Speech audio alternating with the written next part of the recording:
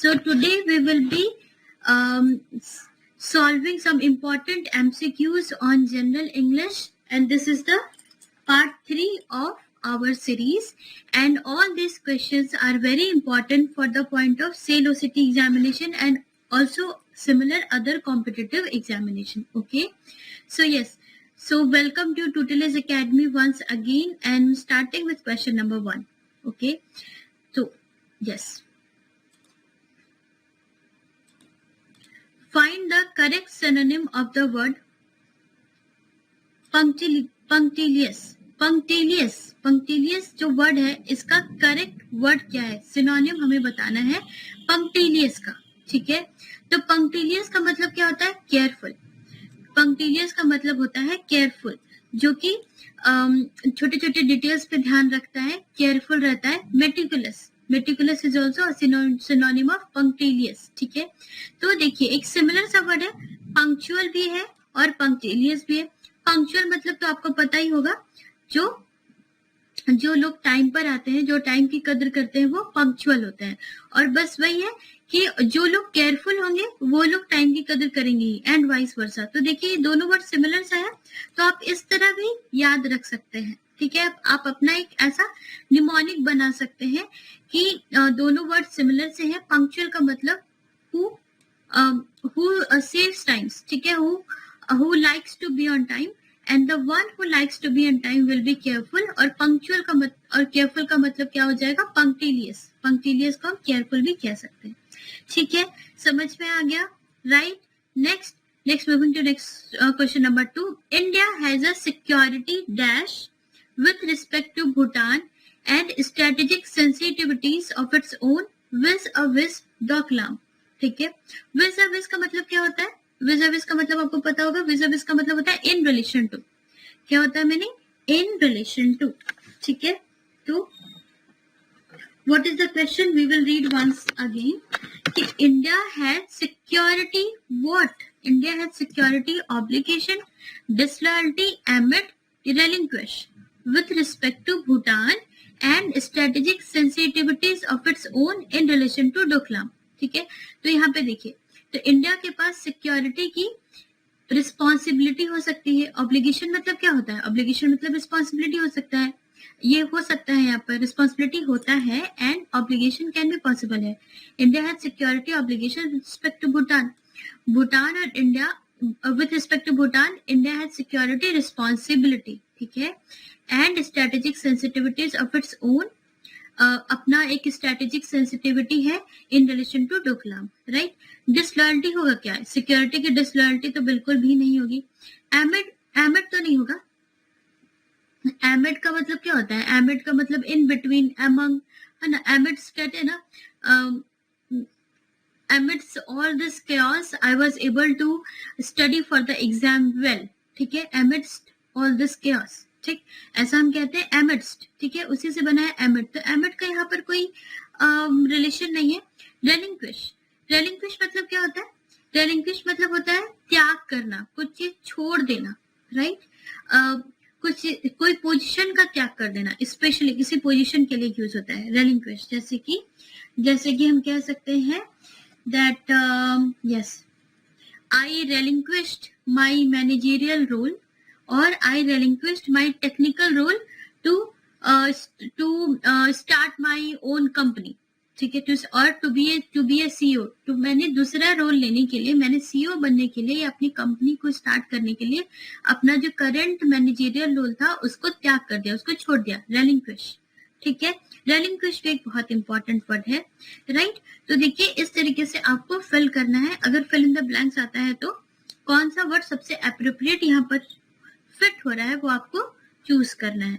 ठीक है, और ऑब्वियसली अगर आपको सारे ऑप्शंस पता होंगे तो you can easily eliminate.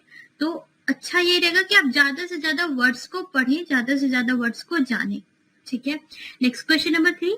Choose the word that best fits in the blank, making the sentence grammatically correct and meaningful. ठीक है, देखिए ग्रामेटिकली करेक्ट और एक मीनिंगफुल सेंटेंस हमें बनाना है. There has been a significant rise in the price of certain goods and commodities recently.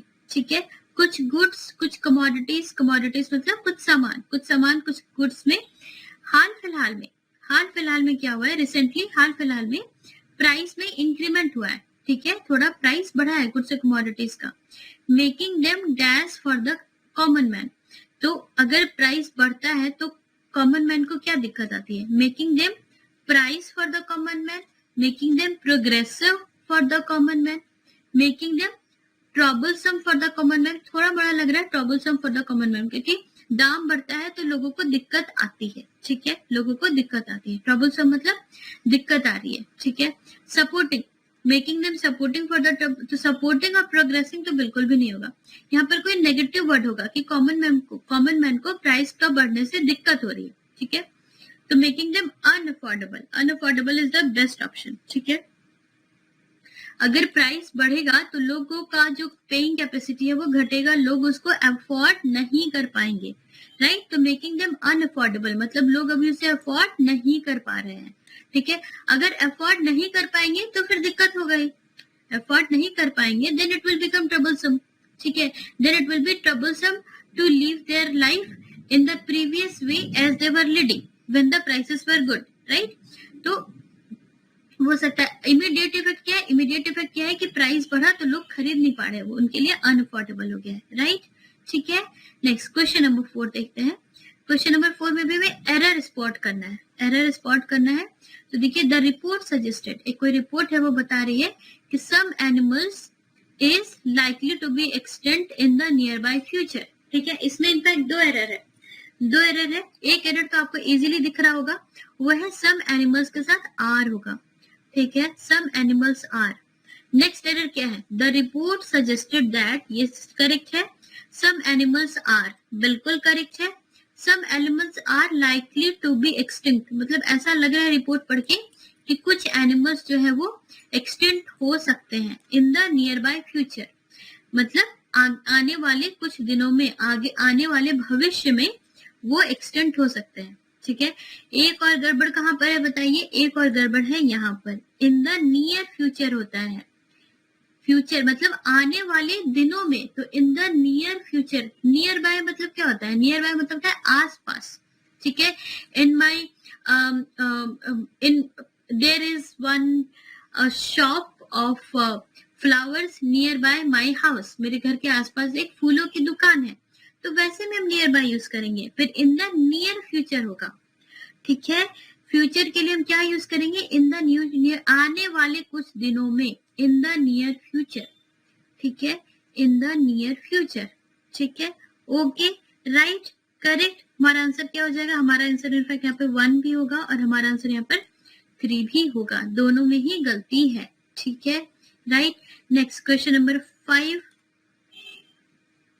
Find the correct synonym of the word allegiance. अब देखिए एक वर्ड है एलिजियंस, ठीक है, एलिजियंस अपना एक इमीडिएट वर्ड मतलब इंडिपेंडेंट वर्ड है, ठीक है। एलिजियंस का एलिज्ड, एक आपने वर्ड देखा होगा एलिज्ड, एलिज्ड से भी कोई रिलेशन नहीं है, ठीक है। एलिजियंस अपना एक अलग वर्ड है, तो इसका हमें सिनोनिम्स फाइंड आउट करना है, ठीक है। क्या फाइंड आउट करना है, सिनोनिम। तो देखिए एलिजियंस मतलब क्या होता है, एलिजियंस मतलब मेन चीज होता है लॉयल्टी, कमिटमेंट, ठीक है। क्या होता है, loyalty and commitment.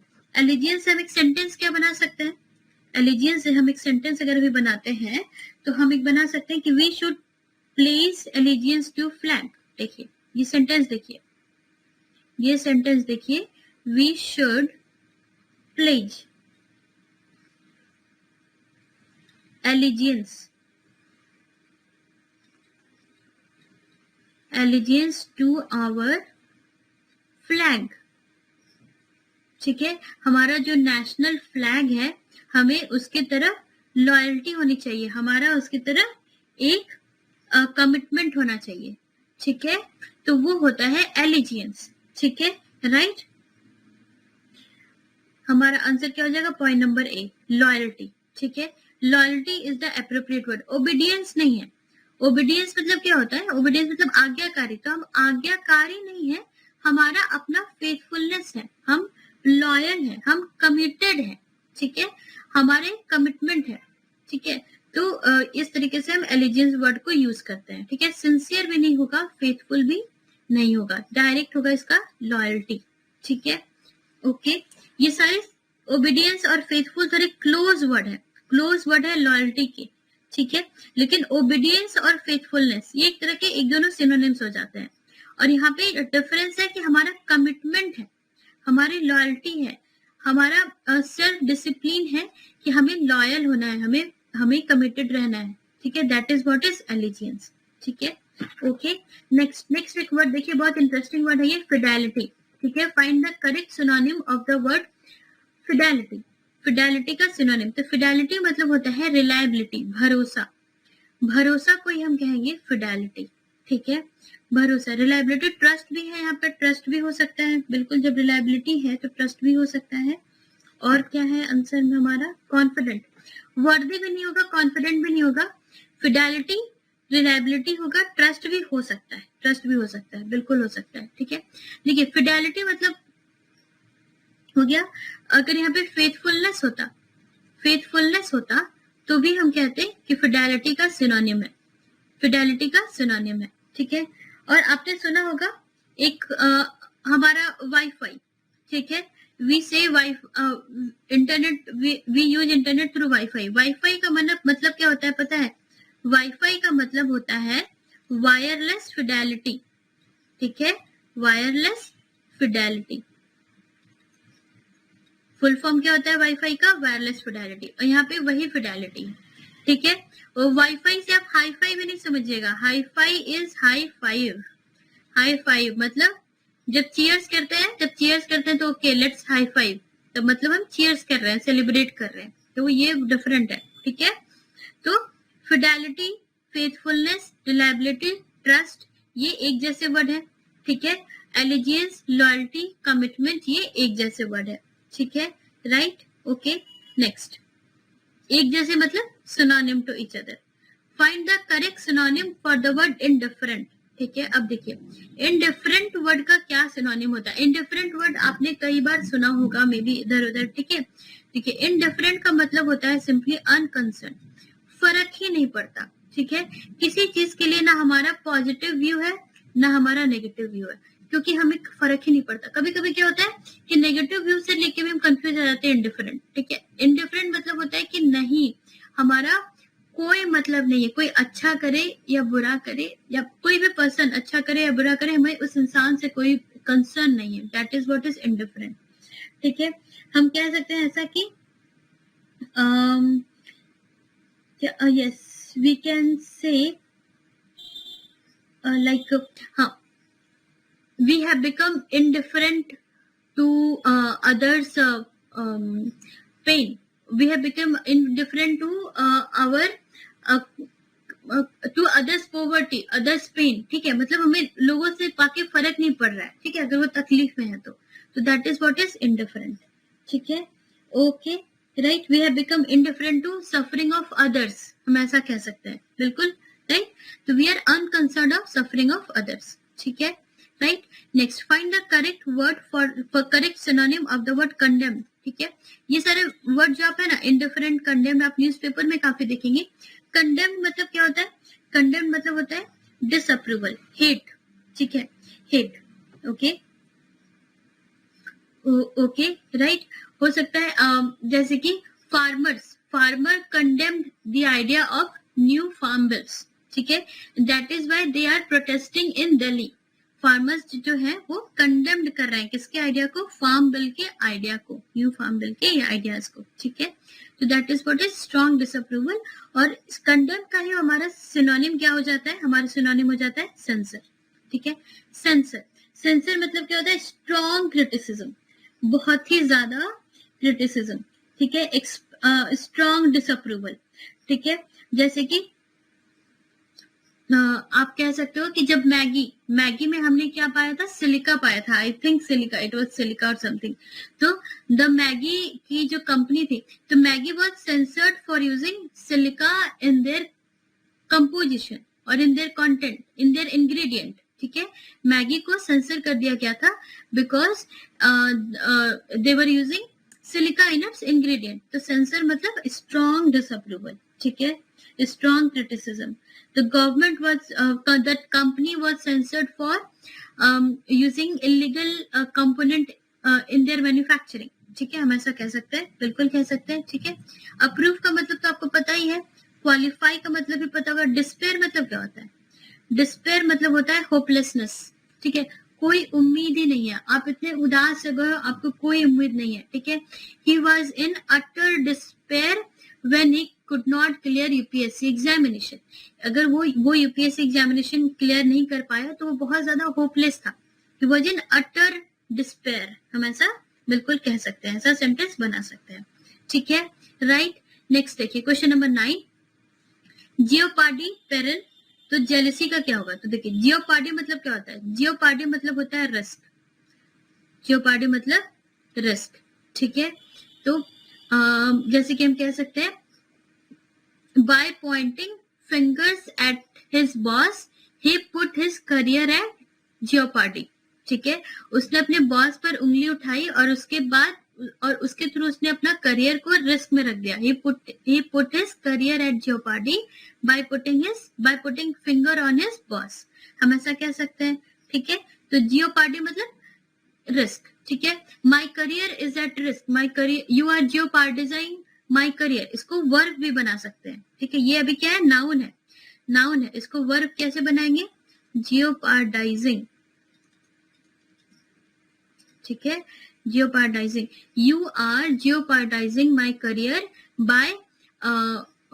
by complaining against me.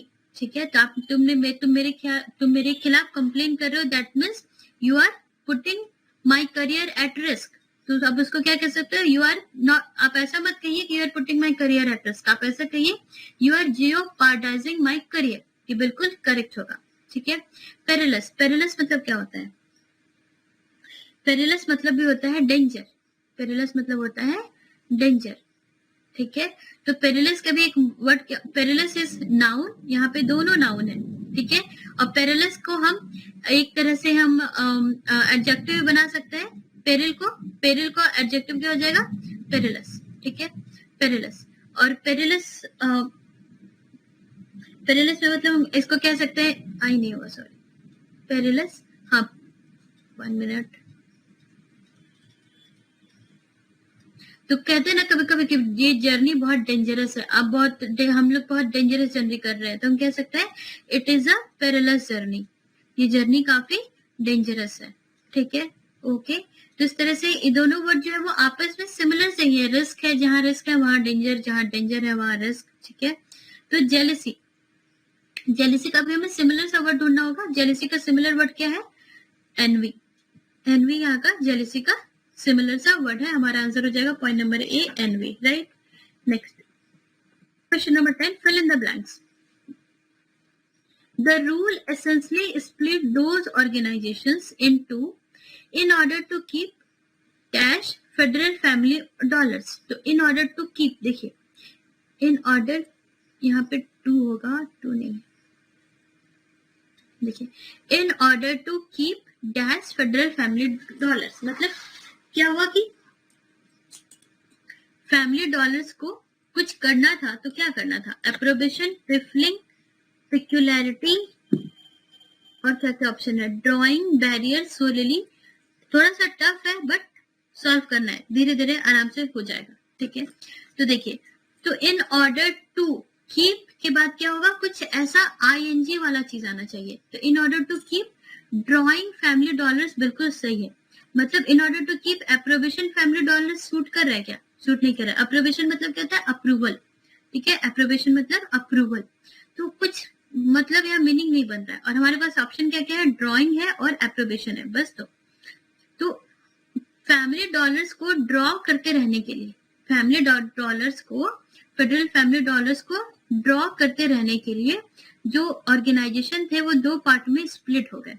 ठीक है, द रूल एसेंशियली स्प्लिट दो organisation into in order to keep drawing family dollars. बिल्कुल सही है. ड्रॉइंग मतलब क्या होता है? देखिए, what is the meaning of drawing? Drawing का मतलब कुछ ड्रॉ करना, पेंट करना नहीं होता. ड्रॉ, एक तो मीनिंग होता है ड्रॉइंग का, टू ड्रॉ अ लाइन. ठीक है, to draw a circle, to draw a square मतलब खींचना, लाइन को खींचना। और या फिर और आपके घर में क्या होता है, आपके घर में ड्रॉअर होता है, ड्रॉवर होता है आपके घर में। ड्रॉअर से आप क्या करते हो, ड्रॉअर को आप खींचते हो, जो खींचते हो उसको कहते हो ड्रॉ करना। That is there is a drawer मतलब something which you will draw, something which you will जो आप खींचोगे, ठीक है। तो मतलब निकालना, टेक आउट, ठीक है। तो to keep drawing family federal family dollar, तो फैमिली का जो डॉलर है उसको निकालने के लिए, उसको ड्रॉ करने के लिए, ठीक है। विदड्रॉ भी हम कहते हैं, to withdraw some amount, right. The clinics and organizations that receive Title X family planning dollar would have to create physical and financial barriers। ही हमारा ऑप्शन में आया ड्राइंग के बाद, तो यहाँ पे तो बैरियर्स ही आ जाएगा। एंड फाइनेंशियल बैरियर मतलब फिजिकल और फाइनेंशियल बैरियर क्रिएट करना है between tax payer funded family planning activities and any part of the organisation. अब हमारे पास ऑप्शन है सोलिली का और पिक्यूलरली का। पिक्यूलियर मतलब क्या होता है, पिक्यूलियर मतलब होता है स्ट्रेंज, ठीक है।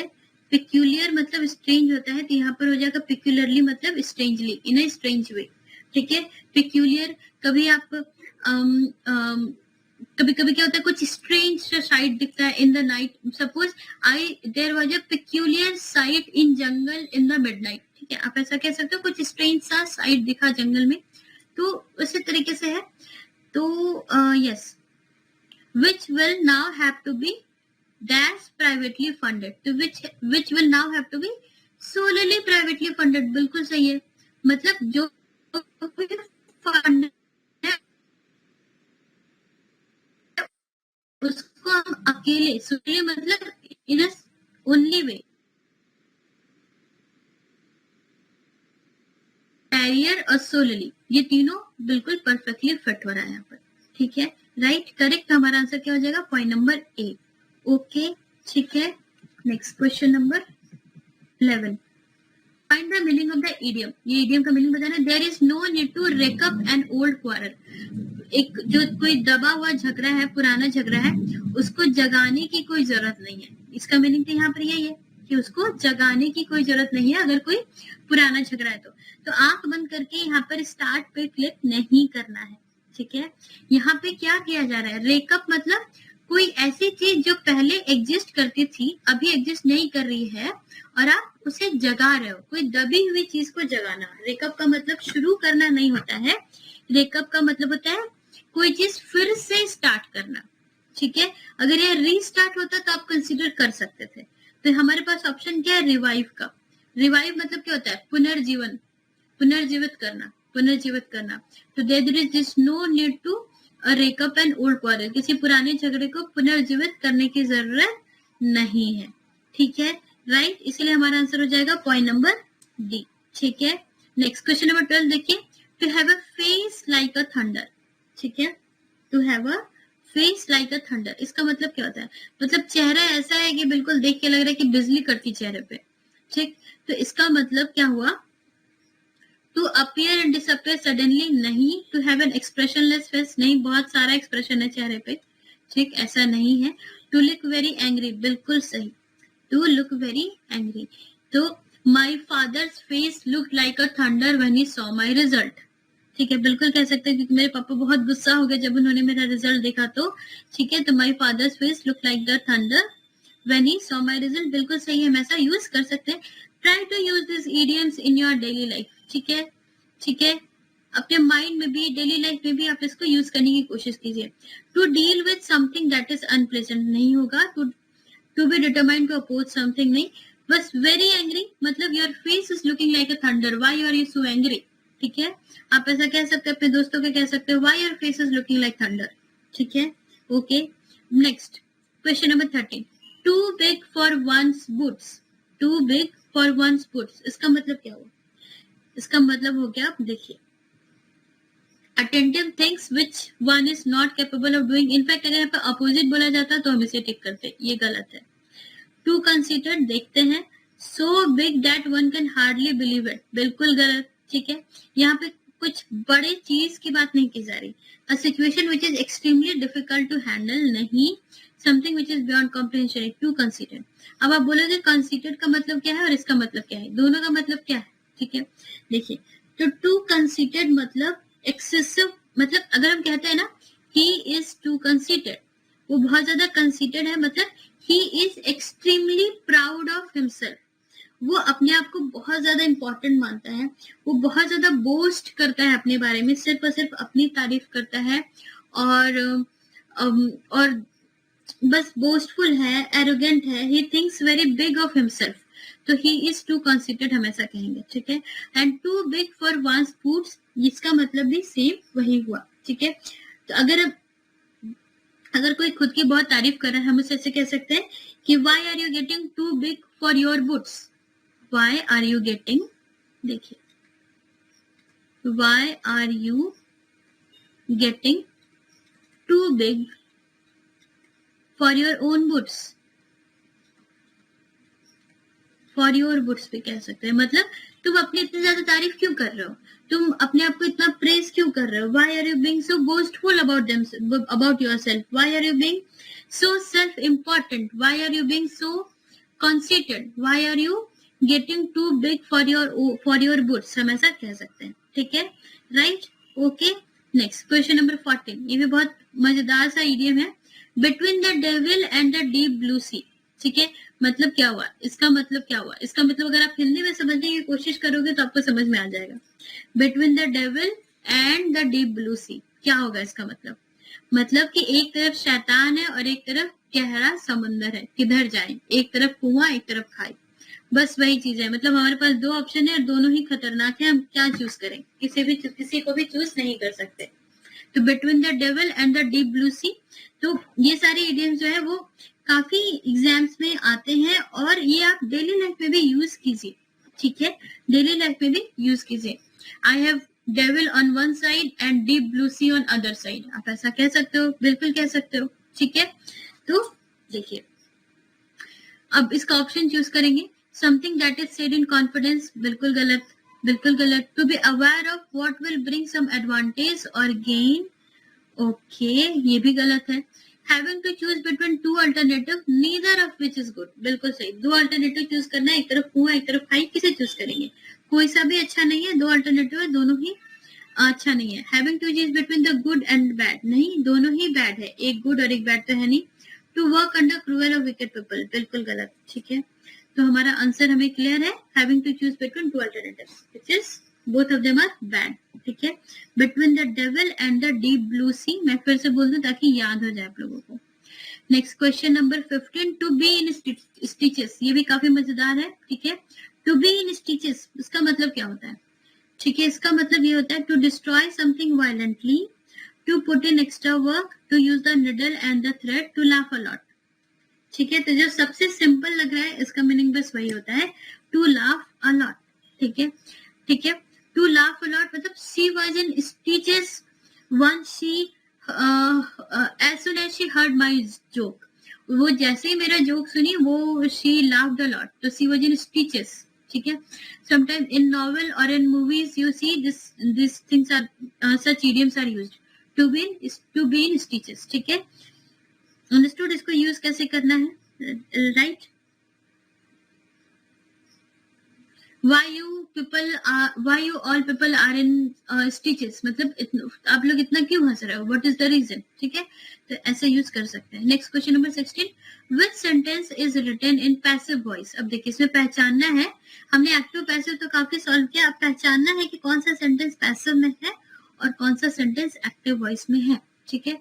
तो हमें पैसिव पहचानना है, it was our 10th win of the season, ठीक है, ये हमारे सीजन का 10th विन था, ये पैसिव तो नहीं है, एक्टिव वॉइस में है, ठीक है।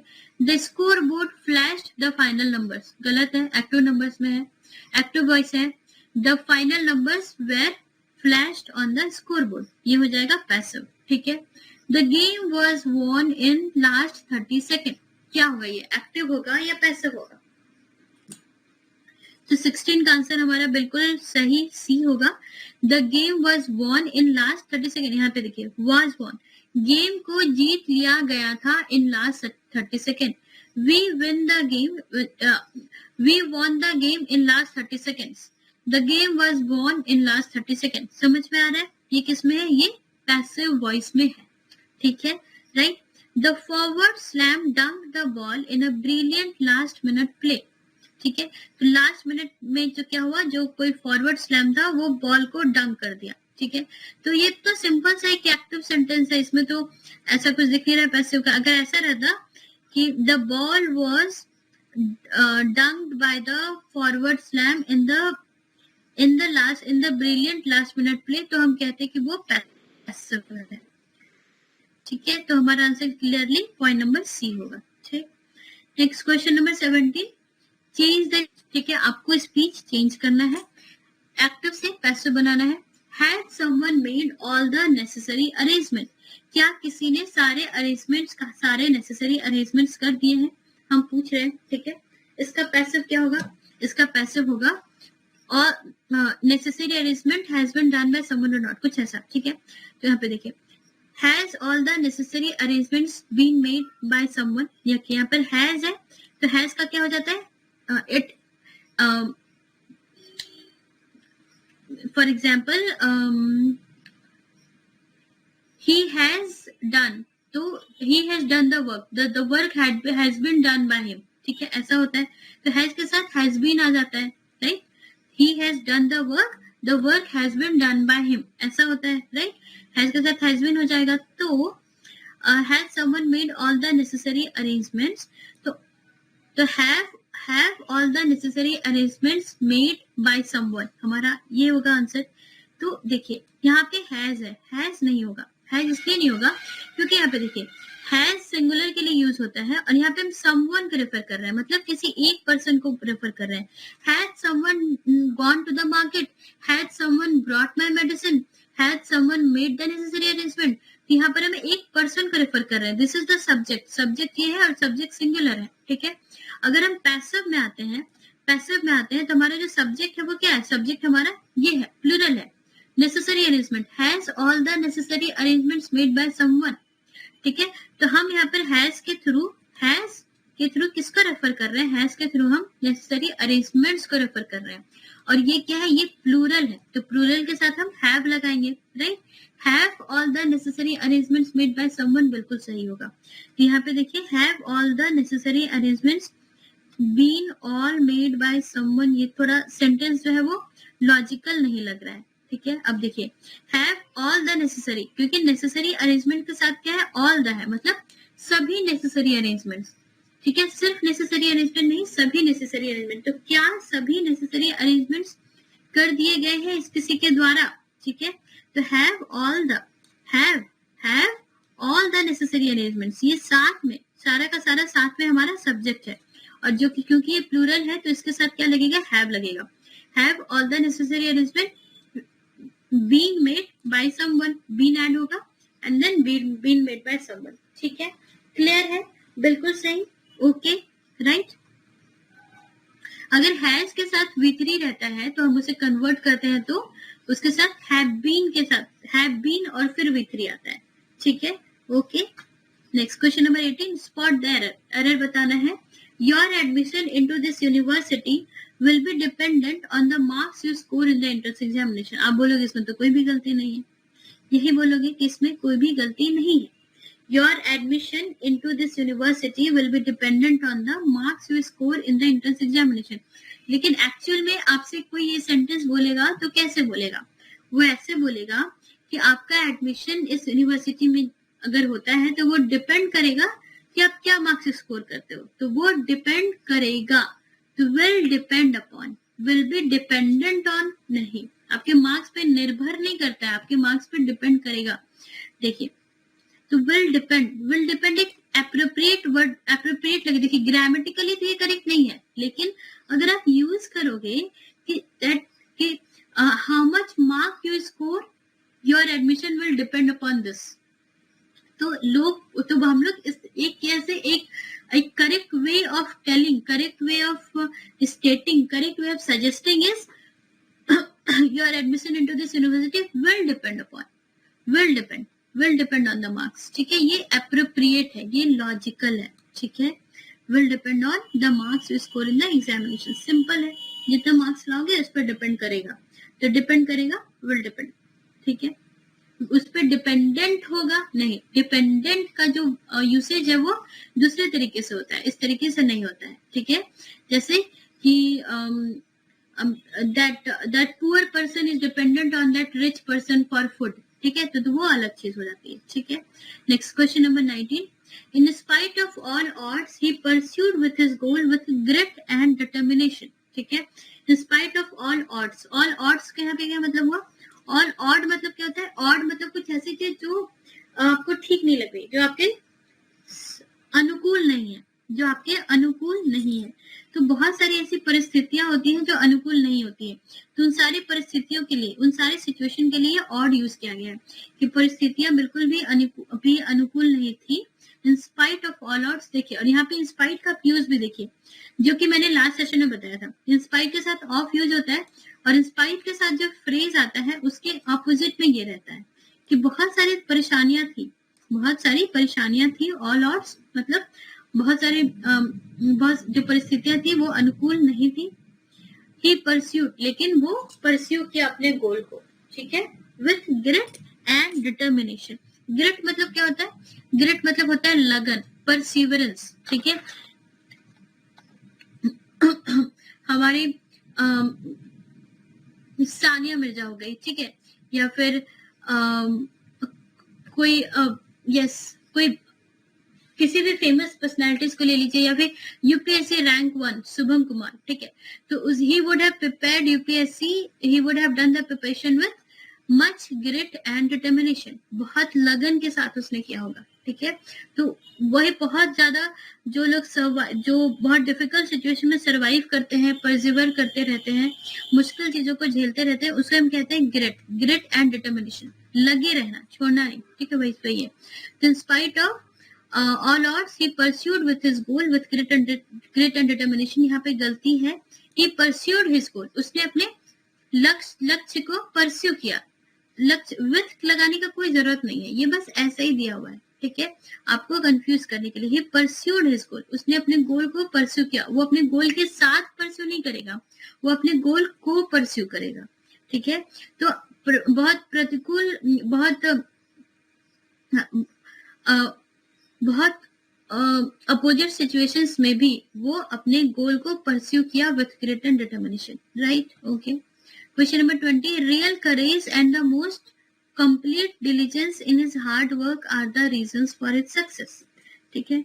तो डिलीजेंस का मतलब क्या होता है, डिलीजेंस जो है वो बना है एक diligent, the boy is very diligent, ठीक है। डिलीजेंट मतलब हार्ड वर्किंग, डिलीजेंट मतलब हार्ड वर्किंग, और इसी डिलीजेंट से ही बना है डिलीजेंस, ठीक है। तो real courage and the most complete diligence, थोड़ा अजीब लग रहा है, ठीक है। In his work are the reasons for his success, तो क्या होगा, his complete diligence on work, ये सही है। द मोस्ट कंप्लीट डिलीजेंस, यहाँ पे मोस्ट कंप्लीट दो चीजें हैं, यहाँ पे मोस्ट की जरूरत ही नहीं है, कंप्लीट डिलीजेंस से हो जाता है, मतलब कंप्लीट हार्ड वर्क, ठीक है, मोस्ट की जरूरत बिल्कुल भी नहीं लग रही है, ठीक है। तो यहाँ पे दो ऑप्शन है, his complete diligence on work, his complete diligence on his work, ये हिज दोबारा लगाने की जरूरत है क्या, नहीं, his complete diligence on work में समझ में आ जाता है कि उसी का ही काम है, तो क्या हो जाएगा, real courage and the most and his complete diligence on his work are the reasons for his success, ये भी नहीं होगा। इनफैक्ट हमारा आंसर क्या होना चाहिए, पॉइंट नंबर डी होना चाहिए, ठीक है, पॉइंट नंबर डी होना चाहिए। देखिए, real courage and complete diligence in his work are the reason for his success, ठीक है, ये तो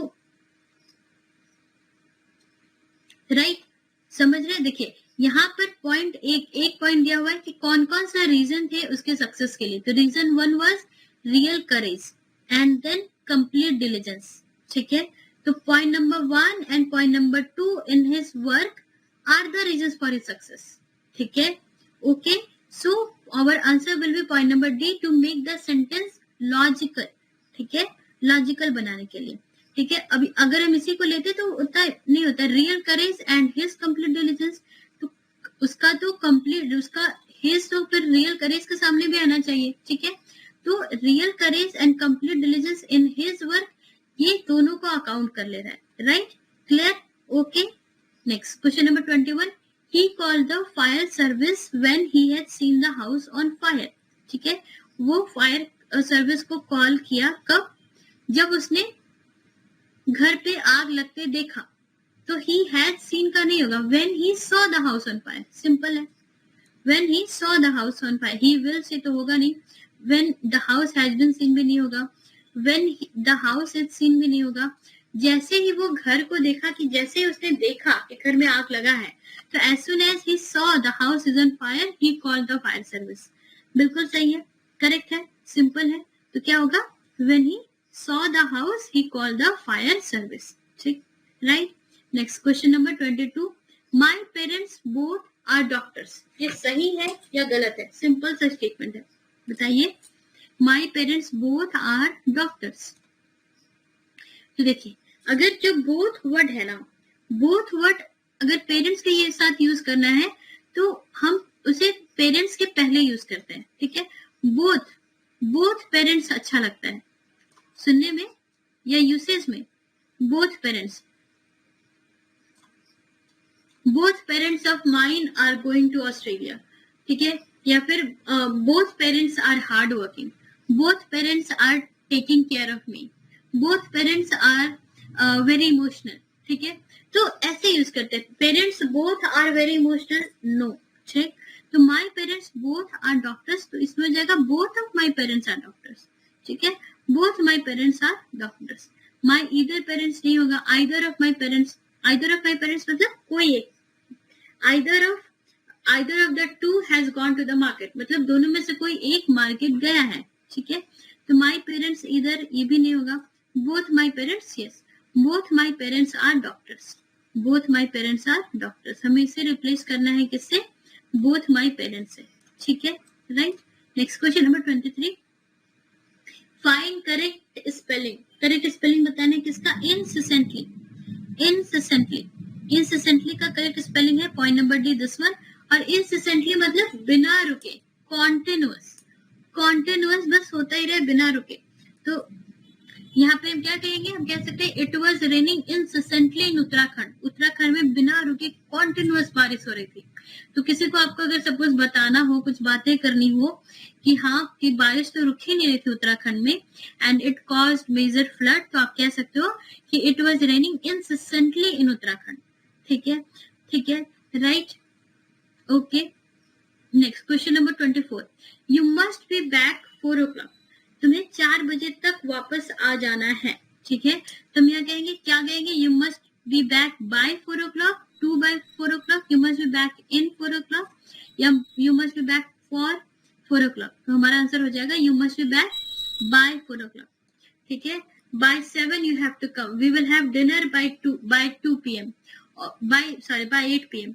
और you have to complete the homework by 3 p.m. ठीक है? we will go movie by 1 p.m. ठीक है? तो हम इस तरीके से टाइमिंग्स के पहले हम बाय लगाते हैं, ठीक, राइट? नेक्स्ट क्वेश्चन नंबर 25 देखिए, religious leader should not delve dash politics, ठीक है? जो रिलीजियस लीडर्स होते हैं उनको पॉलिटिक्स में क्या करना चाहिए? घुसना नहीं चाहिए। They should not interfere, they should not delve. कहाँ? डेल्व के साथ हम क्या लगाते हैं? With, into, in, at. Delve के साथ हम क्या यूज करते हैं?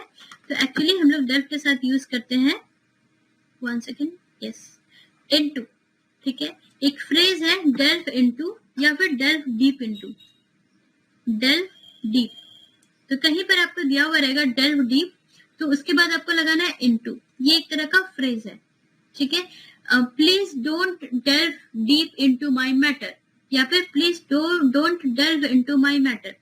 डेल्व मतलब एंटर करना, ठीक है? डेल्व डीप मतलब बहुत ज्यादा होता है ना, बहुत ज्यादा छानबीन करना, ठीक है? तो please don't delve deep into my matters, ठीक है? Religious leader should not delve into, तो डेल्व के साथ क्या वर्ड यूज होगा? इनटू यूज होगा, ठीक है?